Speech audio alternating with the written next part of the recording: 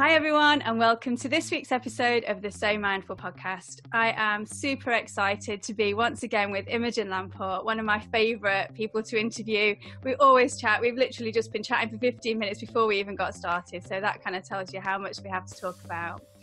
So I'll let Imogen introduce herself for those of you that may not know her. Thanks, Jackie. It's lovely to be here. So tell our audience who aren't maybe familiar with you a little bit about who you work with and what you do. So I am an image consultant, so that's the fancy name for personal stylist. So I help people just define and refine their personal style, because that allows them to build a cohesive wardrobe of clothes that all work together they love to wear. And that's really what we're after, and particularly if you are sewing, if you're going to all that, taking the energy and the time and expense to make things, you want it to work. So I thought it would be a great time to talk about something that I found super interesting in your encyclopaedia of information, which was style lines, because I hadn't realised how versatile they were and how I can use them to my advantage to create optical illusions for the garments that I'm making, and also how I can use that to help me pick my patterns. So I wanted to explore that a bit more with you today. So some really simple things when we think about just lines. So we think about like the kind of most common lines we have are horizontals, verticals, diagonals, and curved lines. If you looked at, some images of somebody wearing, some clothes, you'd go, actually, there's a lot of horizontal lines on there. So naturally, we have a lot of horizontal lines. Now, what do horizontal lines do? They create balance, but they also broaden because they take the eye sideways. The eye moves sideways along it. If we're in a Western culture, we look at it left to right. If you're in one of those cultures that reads the other way around, they go the other way around. But basically, we kind of like follow this line along. It's quite calming, but it is broadening. So we can use our horizontal lines to create balance. So say if I'm a pear, or what I call an A shape, so I've got broader hips, narrower shoulders, what I might think about doing is looking for horizontal lines on and around the shoulders. So things like plackets and yokes and things like that, boat necks, all those sorts of things create horizontal lines up in that area, and that will help to balance out the width of my hips.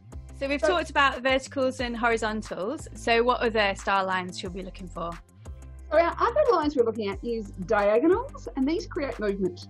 So within art, if you ever did art history at school, you will maybe have learnt about the triangle that is in many artworks.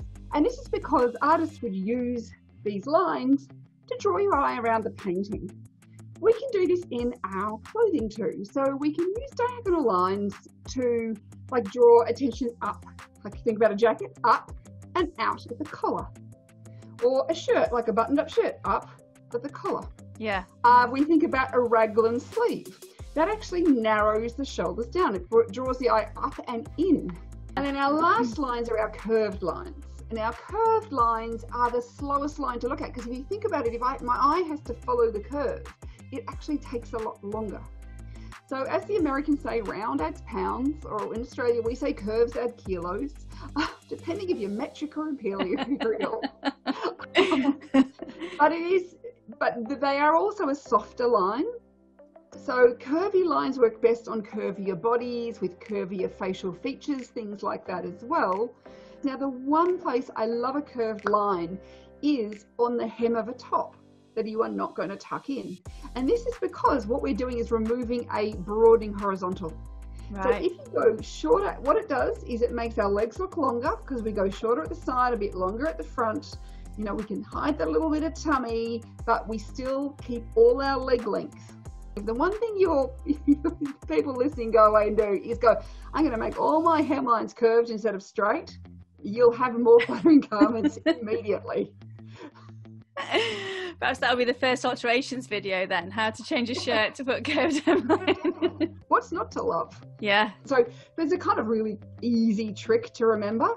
If you've got short legs, go for shorter sleeves, shorter tops, shorter necklaces. If you've got long legs, you can go longer, and longer and shorter skirts as well. So if you've got long legs, then it's longer skirts, longer tops, longer sleeves, because proportionally we can have that length. Versus when we're shorter in the legs, we want to draw the eye upwards. Just even pushing your sleeves up to 3/4 sleeves makes your legs look longer. What a great tip. What a great tip for all the short people out there.